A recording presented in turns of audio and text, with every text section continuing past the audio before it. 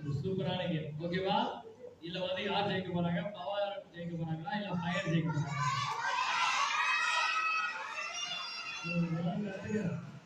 சரி. இதெல்லாம் நல்லா சூப்பரா கத்துறீங்க. சூப்பர். சரி, இது என்ன கேம்னா